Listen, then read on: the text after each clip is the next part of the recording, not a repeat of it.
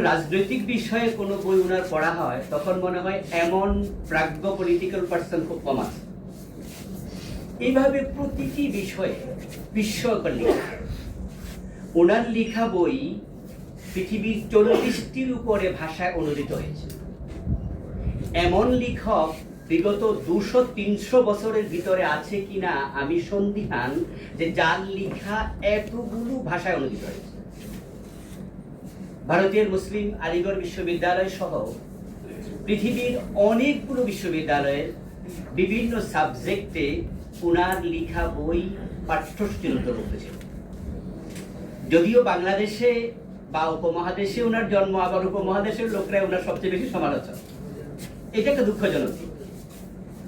নচেত লিবিয়ার বর্তমান আলিম, বাংলাদেশ সহ তামাম পৃথিবীতে যিনি পরিচিত, ডক্টর আলী আস-সাল্লাবি, উনি বেঁচে আছেন এবং বর্তমান বিশ্বের সবচেয়ে সমাদৃত আলেমদের তিনি একজন। গত কয়েকদিন আগে উনি নিজে উনার ফেসবুকে উনি আল্লামা মওদুদী রাহিমাহুল্লাহকে নিয়ে একটা লম্বা লেখা দিয়েছেন। উনার লেখার শুরুতে উনি আল আল্লামা, আল উস্তাজ, তারপরে আবার সাইয়্যিদ আবু দাউদ লিখলেন। ডক্টর আলী সাল্লাবি রাহিমাহুল্লাহ মওদুদী রাহিমাহুল্লাহর নাম নেয়ার আগে লিখছেন আল্লামা।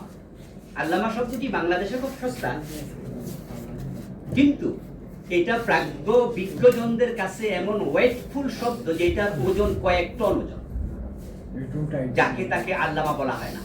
কিন্তু ডক্টর আলী সাল্লাবি মওদুদী রাহিমাহুল্লাহর নাম নেয়ার আগে লিখলেন আল আল্লামা, আল উস্তাজ। তো মওদুদী রাহিমাহুল্লাহকে নিয়ে লেখা, আল্লাহর শুকরিয়া, এটা তামাম পৃথিবীতে পৌঁছে গিয়েছে। মাওলানা মওদুদী রাহিমাহুল্লাহকে নিয়ে সামান্য একটু কথা বলে আমি শেষ করব। একদল আলেম, একদল মানুষ উনাকে হাদিস অস্বীকারী বলেও তোহমত দিতে শোনা যায়। এই অল্প কিছুদিন আগে আমাদের এক ভাই, তিনি ফেসবুকে 2-3টা দিন তিনি এটা নিয়ে লিখেছেন, ভিডিও বানিয়েছেন যে মাওলানা মওদুদী রাহিমাহুল্লাহ দাজ্জালের হাদিস অস্বীকার করে, এই হাদিস অস্বীকার করে, ওই হাদিস অস্বীকার করে, ওনাকে মুনকিরুল হাদিস হিসাবে সাব্যস্ত করতে চায়। তো আজকে তাফহিমুল হাদিস এই গ্রন্থ দিয়ে তার জবাব হয়ে গেল যে মাওলানা মওদুদী রাহিমাহুল্লাহ বরং তিনি হাদিসের পক্ষে এত শক্ত লিখনি লিখেছেন যে সুন্নাতে রাসূলের আইনগত মর্যাদা নামে উনার আলাদা বই আছে। মাওলানা মওদুদী রাহিমাহুল্লাহকে তোহমত দেয়া হয় তিনি নাকি সাহাবীদেরকে অসম্মান করতেন। নিকৃষ্ট শব্দ চয়ন করা হয় সাহাবী বিদ্বেষী বলে পর্যন্ত। অথচ মাওলানা মওদুদী রাহিমাহুল্লাহ তিনি সাহাবায়ে কেরামের মর্যাদা নামে আলাদা বই লিখেছেন এবং বাংলাদেশে বাংলা ভাষাভাষী লেখকদের মাঝে সাহাবায়ে কেরাম রাদিয়াল্লাহু তাআলা আনহুমের জীবনীর উপরে লেখা সবচেয়ে প্রামাণ্য যে বই, সেটা হচ্ছে আসহাবে রাসূলের জীবন কথা। এটা লিখেছেন ডক্টর আব্দুল মাহবুব স্যার, ঢাকা বিশ্ববিদ্যালয়ের তিনি প্রফেসর ছিলেন। 7 খণ্ডে এই বইটা জামাত ইসলামী রোকন সিলেবাসে আছে, এটা ছাত্র শিবিরের সদস্য সিলেবাসে আছে এবং যিনি বই লিখেছেন তিনি জামাতের রোকন।